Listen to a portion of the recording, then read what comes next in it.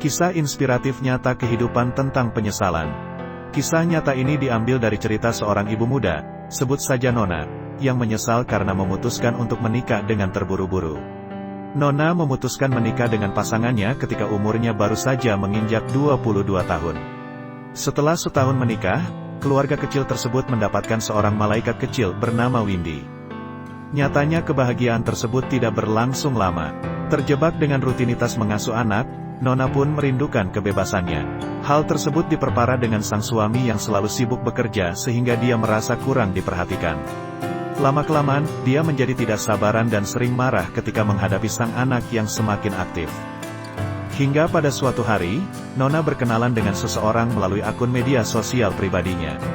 Berawal dari sapaan, Nona dan laki-laki tersebut kemudian menjalin obrolan yang cukup intens.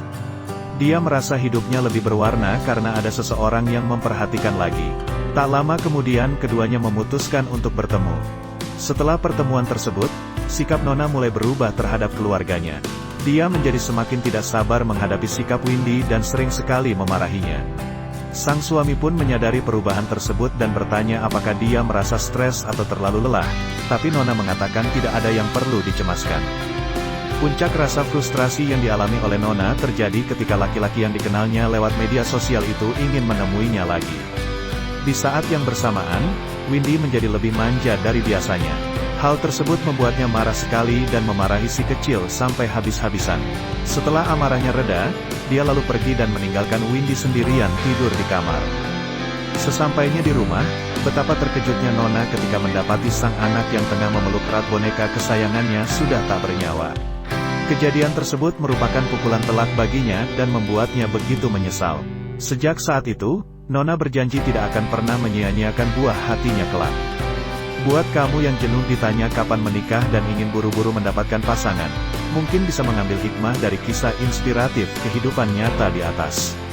Menikah bukanlah sebuah solusi agar kamu tidak lagi ditanya tentang pertanyaan keramat itu dari teman atau kerabatmu.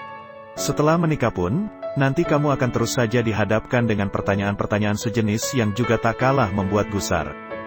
Maka dari itu, kalau nantinya kamu memang ingin menikah, ya, lakukanlah karena sudah merasa siap. Bukan karena omongan orang lain, apalagi karena iri melihat semua temanmu sudah menikah dan ingin cepat-cepat menyusul. Karena nantinya setelah menikah, kamu tidak akan bisa bebas menikmati waktu luangmu seperti saat masih sendiri.